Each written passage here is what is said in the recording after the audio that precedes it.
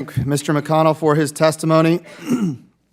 Members are reminded that committee rules limit questioning to 5 minutes. As we proceed here, just so everybody knows, we're working on passing an energy and water development appropriation bill. We had a Republican conference meeting this morning, and now we're going to have votes very shortly. So if we need to recess, we will. We want to give everybody an opportunity to ask questions, and it's possible, although it is a fly-out day, it's possible that we'd have more members of this subcommittee here after we have votes. So with that, I'll recognize myself for 5 minutes. Attorney General Pruitt, I wanted to ask a question regarding the Clean Power Plan. When you think about its implementation, we often hear about the immediate impact that the Clean Power Plan will have on ratepayers. We hear about those impacts.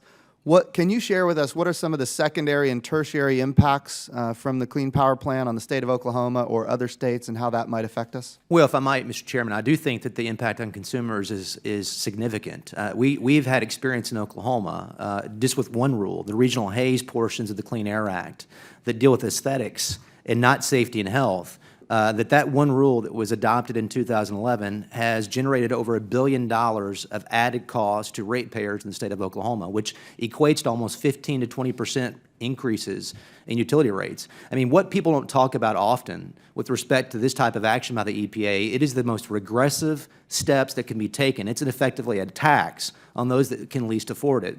And when you look at a state like Oklahoma, when we're already generating 17% of our electricity through wind, the ranking member indicated that for Oregon, there's a goal, I think, if I heard correctly, of 25% where electricity generation by the year 2025.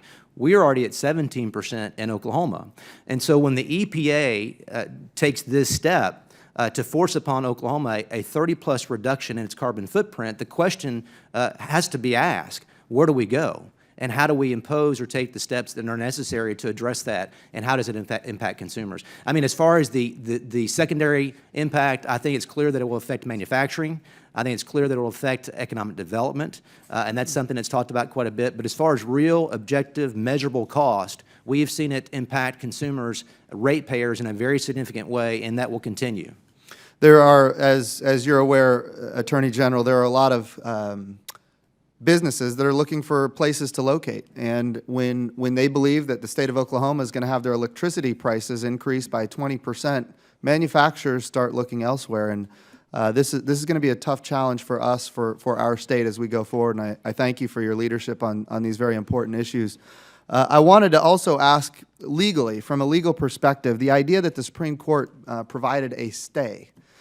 And then the EPA turns around and says, if depending on how what the outcome is, the date of implementation will not change.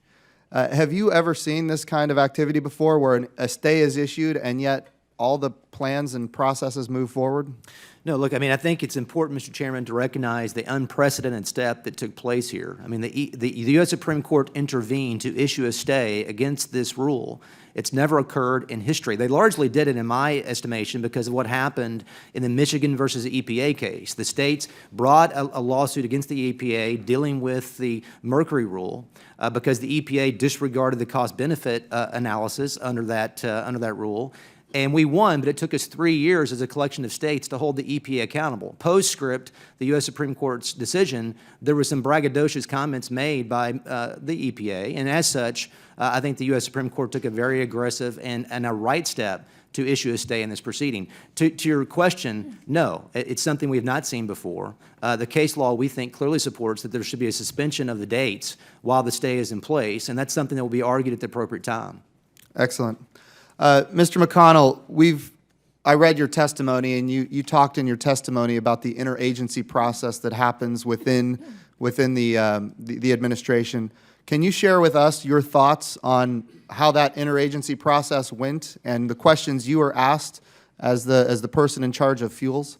Well, the interagency collaboration is a kind of a convenient term, but in fact, it doesn't happen in its honest form. Very often, the information that's being asked of by agencies such as fossil energy, by the EPA, we'll look at 600-page documents and we get a weekend to look at it. The technology and the details in those documents often required a tremendous amount of scrutiny, and the time provided was ridiculously short. I guess my biggest concern is it's a disingenuous conversation that occurs when we talk about interagency collaboration.